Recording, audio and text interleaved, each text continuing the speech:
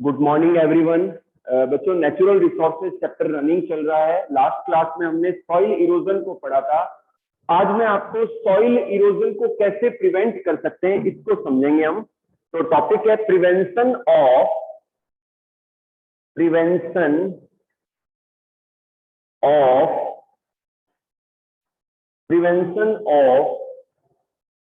Soil erosion. Prevention of soil erosion.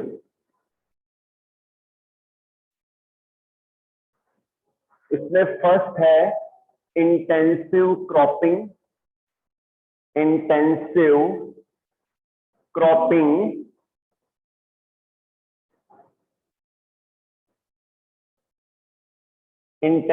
Cropping.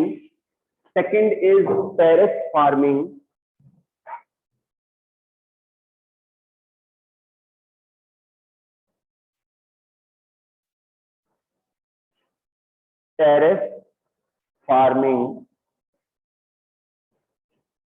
Third is sowing grasses.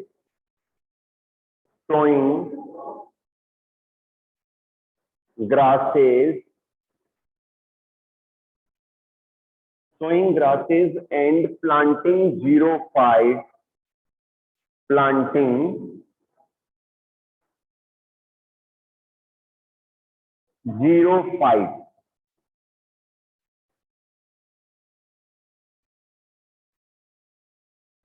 Fourth is proper drainage canals.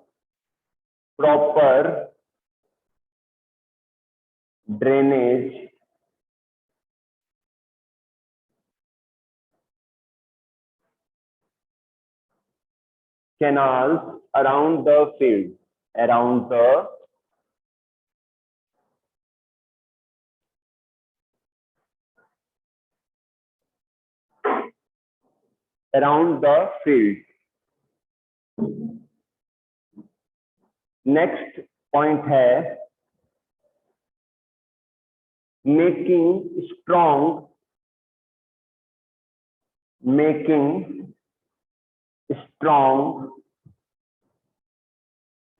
embankments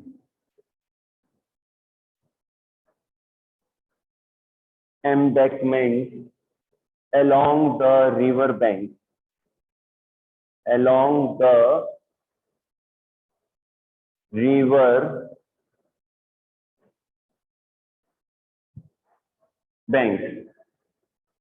yes बच्चों, ध्यान से देखिए, points अपन को ध्यान रखने हैं, लर्निंग करनी है। Prevention of soil erosion. The first is intensive cropping, यानी कि खेती करना, क्रॉपिंग करना, फसलें लगाना, पेड़ लगाना। तो इससे क्या होगा कि वो सॉइल को बाइंड करके रखेंगे, बांध के रखेंगे और सॉइल इरोजन कम होगा। सेकंड इज टेरेस फार्मिंग, कि जो हिली एरियाज हैं वहां पर सीढ़ीदार खेती होती है। तो ऐसे लेयर्स में सीढ़ियों के फॉर्म में वो जो है हिली एरिया को कन्वर्ट किया जाता है, जिसे हम टेरेस फार्मिंग कहते हैं। तो इस तरीके से क्या है कि ऊपर से जो बहता हुआ, फ्लो करता हुआ पानी आएगा वो अपने साथ में सॉइल को इरोड नहीं करेगा। Second is sawing grasses and planting xerophytes. Grasses को शो करना, मतलब मान लो किसी एरिया में खेती नहीं हो रही है, सपोज करो किसी एरिया में एग्रीकल्चर नहीं है, मान लो। टेरेस फार्मिंग का मतलब ये होता है कि जो हिली एरियाज है वहां जब एग्रीकल्चर किया जाता है, खेती की जाती है, तो जो रेन वाटर जब गिरता है वहां से, तो ऊपर से पानी का तेज फ्लो होता है, तो वो मिट्टी को काट के ले जाता है साथ में। तो वहां क्या है, सीढ़ीदार खेती की जाती है, सीढ़ी नुमा जो है लेयर्स बना दी जाती है, और वहां पर क्या है, प्लांट को शो किया जाता है। तो इससे क्या होता है कि अगर पानी बहता हुआ आता भी है तो उससे सॉइल का इरोजन नहीं होता है। ठीक है, तो टेरेस फार्मिंग इसे कहते हैं। थर्ड लेते हैं sowing grasses and planting xerophytes. तो एरिया ऐसा है जहां पर एग्रीकल्चर नहीं हो रहा है, खेती नहीं हो रही है, क्रॉपिंग नहीं हो रही है, क्रॉप को शो नहीं किया जा रहा है, तो वहां पर फिर क्या करते हैं, सोइंग द ग्रासेस, वहां ग्रासेस को लगाया जाता है, लगा सकते हैं। इसके अलावा जीरोफाइट प्लांट कहते हैं डेजर्ट प्लांट को, ऐसे प्लांट जिनको वाटर की कम रिक्वायरमेंट रहती है। तो डेजर्ट वाले जो प्लांट हैं वो कम वाटर कंडीशन में भी ग्रो कर जाते हैं, जीरोफाइट्स होते हैं, तो इनको भी ग्रो करा सकते हैं, जिससे वो एरिया जो है, वो जो लैंड एरिया है, वहां पर सॉइल इरोजन जो है नहीं हो पाएगा। The next one is proper drainage canal around the field. जो फार्म है या फील्ड है उनके अराउंड क्या है, प्रॉपर ड्रेनेज कैनाल होना चाहिए, जिससे पानी का जो फ्लो है वो सही से हो सके। प्रॉपर ड्रेनेज कैनाल का सिस्टम होना चाहिए।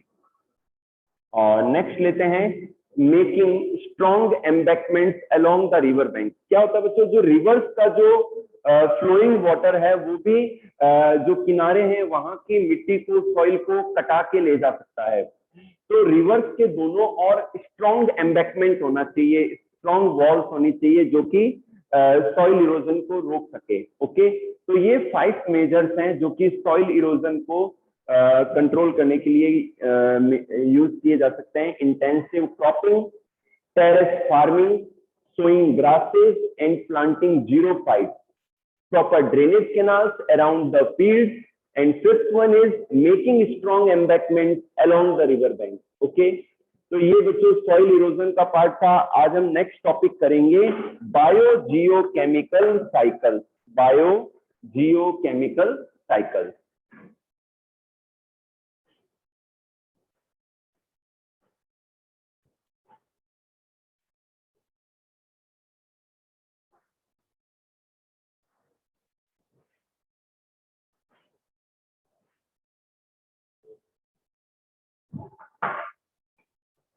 The next topic is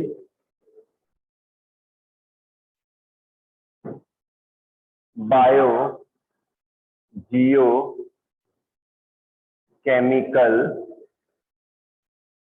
cycle।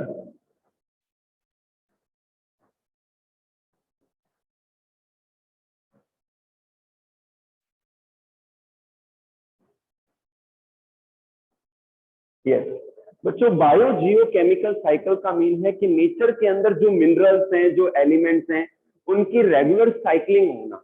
Regular cycling कैसे होना कि जो सॉइल है या जो रॉक्स है वो उनका रेजर्वॉयर है, तो वहां से लिविंग ऑर्गेनिज्म में, प्लांट या ऑर्गेनिजम्स में आना और फिर वापस से सॉइल के अंदर चले जाना। तो इस प्रकार से इनकी साइकिलिंग होती रहती है, तो इसीलिए इन्हें हम क्या कहते हैं, बायो जियोकेमिकल साइकिल्स कहते हैं। और ये साइकिल्स 2 टाइप के हैं, they are of 2 types, gaseous cycles, gaseous cycles, and second is sedimentary cycle.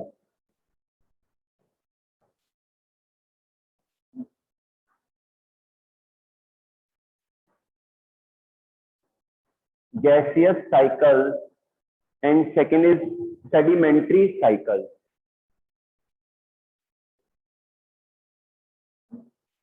Yes, मैं एक बार रिपीट कर देता हूँ, बायो जियोकेमिकल साइकिल्स किन्हें कहते हैं कि जनरली नेचर के अंदर जो एलिमेंट्स हैं, जो मिनरल्स हैं, वो सॉइल उनका रिजर्वॉयर है। तो ये जो केमिकल्स हैं या मिनरल्स हैं, ये सॉइल से प्लांट में या एनिमल में आ जाते हैं, या प्लांट में आ जाते हैं, प्लांट से फिर एनिमल में आ जाते हैं, एनिमल से फिर वापस से जो सॉइल है उनमें चले जाते हैं। तो इनकी लगातार साइकिलिंग होती रहती है। जब प्लांट और एनिमल डेड होते हैं तो वो सॉइल में मिक्स हो जाते हैं, उनका डिकम्पोजिशन होता है, डिकम्पोजिशन होने से वापस से वो सॉइल में रिलीज हो जाते हैं। फिर सॉइल से जो ये फ्री मिनरल्स हैं अगेन प्लांट्स के द्वारा एब्जॉर्ब कर लिए जाते हैं और फिर प्लांट से अगेन एनिमल्स में चले जाते हैं। तो इस तरीके से क्या है, इनकी साइकिलिंग होती रहती है। तो इन साइकिल्स को हम क्या कहते हैं, बायो जियोकेमिकल साइकिल्स कहते हैं। नेक्स्ट लेते हैं gaseous cycles. Bio geochemical cycles जो है बच्चों 2 टाइप्स के हैं, gaseous cycles and sedimentary cycles. जो गैसियस साइकिल्स हैं इनमें जो एलिमेंट है वो गैसियस फॉर्म में, जैसे कि oxygen cycle, nitrogen cycle, carbon dioxide cycle, तो ये गैसियस फॉर्म में है, तो इसलिए हम क्या कहते हैं, गैसियस साइकिल्स कहते हैं। सेडिमेंट्री साइकिल्स, सेडिमेंट्री साइकिल्स में जो मिनरल है या एलिमेंट है ये सेडिमेंट के फॉर्म में पाया जाता है, सॉइल के अंदर पाया जाता है, जैसे कि फॉस्फोरस साइकिल, सल्फर साइकिल। तो इन्हें हम क्या कहते हैं, सेडिमेंट्री साइकिल कहते हैं। क्या कहते हैं, सेडिमेंट्री साइकिल कहते हैं। तो बच्चों सबसे पहले हम वाटर साइकिल को डिस्कस करेंगे। वाटर साइकिल,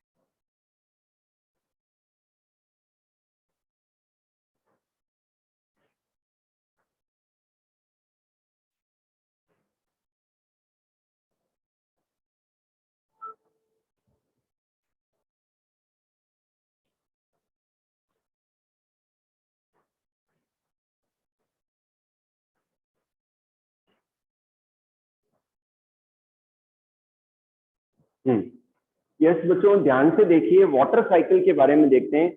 बच्चों जो वाटर बॉडीज हैं वहां पर वाटर पाया जाता है, तो जब इन पर सनलाइट गिरती है तो सनलाइट गिरने से जो वाटर है वेपर के फॉर्म में कन्वर्ट होता है। अगेन रिपीट कर रहा हूँ, जो वाटर साइकिल है ये कैसे पॉसिबल होता है कि वाटर बॉडीज के अंदर जो पानी है तो वो सनलाइट की वजह से हीट होके वेपर के फॉर्म में कन्वर्ट होता है और उनका इवेपोरेशन होता है। क्या होता है?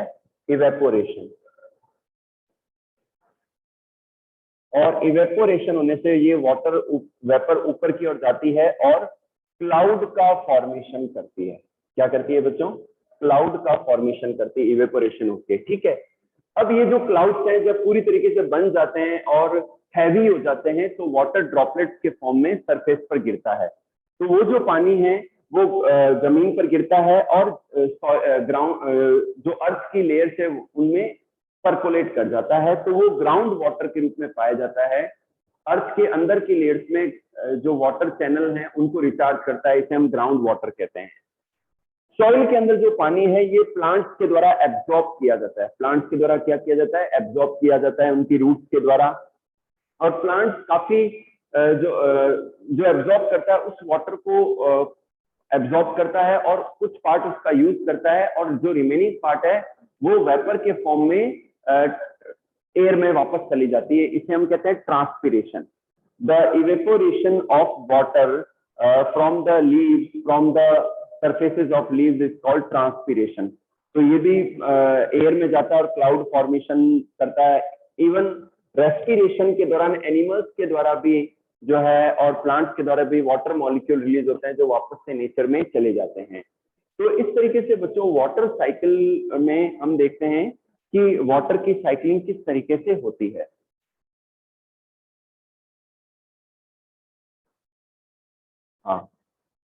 हाँ, 9th class we are discussing about the nitrogen cycle. जो नाइट्रोजन साइकिल है, नेचर नाइट्रोजन नेचर के अंदर 78% पाई जाती है, और ये जो नाइट्रोजन है ये डायरेक्टली एब्जॉर्ब नहीं की जा सकती। ये जो नाइट्रोजन है ये डायरेक्टली एब्जॉर्ब नहीं की जा सकती।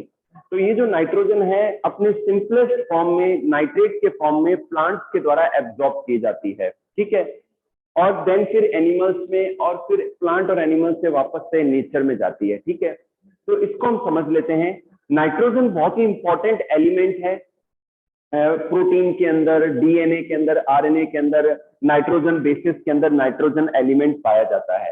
तो ये बहुत ही इंपॉर्टेंट एलिमेंट है।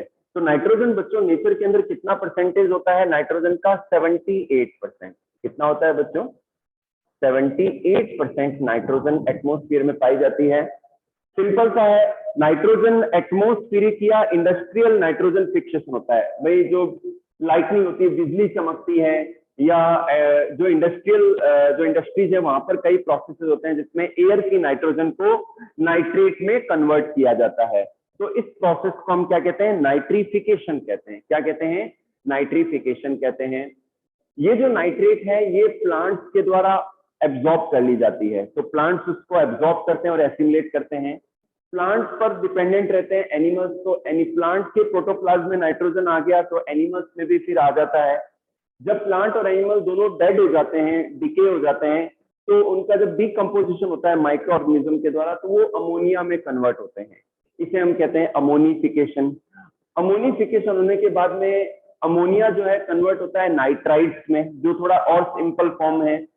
ये जो नाइट्राइट्स है ये नाइट्रेट्स में कन्वर्ट होता है। ठीक है, ये नाइट्रेट जो है इसका कुछ पार्ट जो है वापस से नाइट्रोजन के फॉर्म में कन्वर्ट होता है जिसे हम डीनाइट्रिफिकेशन कहते हैं, और ये नेचर में एयर में चला जाता है और रिमेनिंग पार्ट इसका प्लांट के द्वारा एब्जॉर्ब कर लिया जाता है। तो इस प्रकार से लगातार साइक्लिंग चलती रहती है। बच्चों जनरली नाइट्रोजन फिक्सेशन के लिए कुछ बैक्टीरिया रेस्पॉन्सिबल हैं, जैसे कि लेग्यूम प्लांट के अंदर उनकी नोड्यूल्स के ऊपर, लेग्यूम प्लांट्स के अंदर उनकी नोड्यूल्स के अंदर जो है राइजोबियम बैक्टीरिया पाए जाते हैं जो कि सिम्बायोटिक नाइट्रोजन फिक्सर हैं, जो नाइट्रोजन को फिक्स करते हैं। इसके अलावा कुछ फ्री लिविंग बैक्टीरिया भी होते हैं जो सॉइल के अंदर पाए जाते हैं और नाइट्रोजन को फिक्स करते हैं। तो इस तरीके से बच्चों नाइट्रोजन साइकिल पाया जाता है। यहाँ पर अपने 3 स्टेप किए हैं। एक तो है अमोनिफिकेशन। अमोनिफिकेशन क्या है? प्लांट और एनिमल के डेड होने पर उनका डिकम्पोज होना और अमोनिया का फॉर्मेशन होना, this one is called ammonification. Second है नाइट्रिफिकेशन, एटमोस्फेरिक नाइट्रोजन का नाइट्रेट्स में कन्वर्ट होना, this is called nitrification. Atmospheric nitrogen का नाइट्रेट्स में कन्वर्ट होना, this is called nitrification. And some of the nitrates again goes to the nature atmosphere, this is called denitrification। Nitrates का वापस से इसके कुछ पार्ट का नाइट्रोजन में कन्वर्ट होना, इसे हम क्या कहते हैं, डीनाइट्रिफिकेशन कहते हैं। ओके, चलिए आगे बढ़े अब।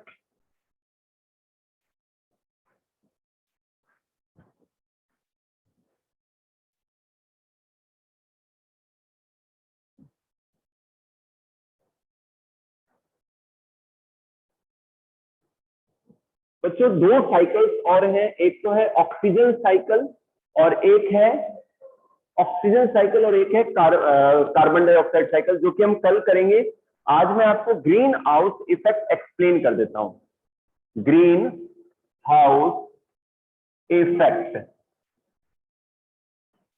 Green house effect, green house effect क्या है बच्चों? जनरली जो कोल्ड रीजन्स हैं वहां पर प्रॉपर टेम्परेचर ना मिलने के कारण से जो प्लांट्स हैं उनमें फ्लावरिंग नहीं हो पाती है और उनकी सही से ग्रोथ नहीं हो पाती है। तो जो फार्मर्स हैं कोल्ड रीजन्स में वो ग्लास के जो है जैकेट्स बनाते हैं, ग्लास हाउस बनाते हैं और उनके अंदर उन पर्टिकुलर प्लांट्स को ग्रो करवाते हैं। तो उन ग्लास के हाउसेस में जैकेट में से सनलाइट आ तो जाती है, लेकिन जो एक्सेस हीट है वो वापस से रिफ्लेक्ट नहीं हो पाती और अंदर का टेम्परेचर वार्म रहता है, और इसीलिए वहां पर जो पर्टिकुलर प्लांट्स ग्रो करवाए जाते हैं उनको प्रॉपर टेम्परेचर मिल पाता है और वो ग्रो हो पाते हैं, ठीक है, उनमें फ्लावरिंग हो पाती है। तो इस इफेक्ट को ग्रीन हाउस इफेक्ट कहते हैं। लेकिन जैसे जैसे day by day pollution rise हो रहा है, इंक्रीज हो रहा है, तो नेचर के अंदर कार्बन डाइऑक्साइड और अदर गैसेस की एक जैकेट सी बन रही है, जिसके कारण से सनलाइट की जो हीट है अर्थ पर आ तो जाती है, लेकिन वो वापस से रिफ्लेक्ट होके बाहर नहीं निकल पाती है। और यही कारण है कि हर साल अर्थ का जो एवरेज टेम्परेचर है वो राइज हो रहा है, इंक्रीज हो रहा है, और इस इफेक्ट को भी हम ग्रीन हाउस इफेक्ट कहते हैं। और इससे क्या हो रहा है कि हर साल टेम्परेचर राइज होने को हम कहते हैं ग्लोबल वार्मिंग। जो अर्थ का जो एवरेज टेम्परेचर है वो बढ़ना, एवरेज टेम्परेचर बढ़ना, ये क्या कहलाता है? ग्लोबल वार्मिंग कहलाता है। तो इसका हार्म क्या होगा? इसका हार्म ये होगा कि जो आइस कैप्स हैं, जो पोलर एरियाज में जो वाटर है आइस कैप्स के फॉर्म में जो है जमा हुआ है, फ्रोजन है, तो धीरे धीरे मेल्ट होना स्टार्ट हो गया है। और हो सकता है आने वाले टाइम में जो सी का जो लेवल है वो राइज हो जाए और इसी कारण से किनारों पर जो सिटीज हैं वो सबमर्ज हो जाए। ओके बच्चों, तो रिमेनिंग पार्ट अपन कल करेंगे। इससे रिलेटेड कोई क्वेश्चन है, कोई क्वेरी है तो आप पूछ सकते हैं।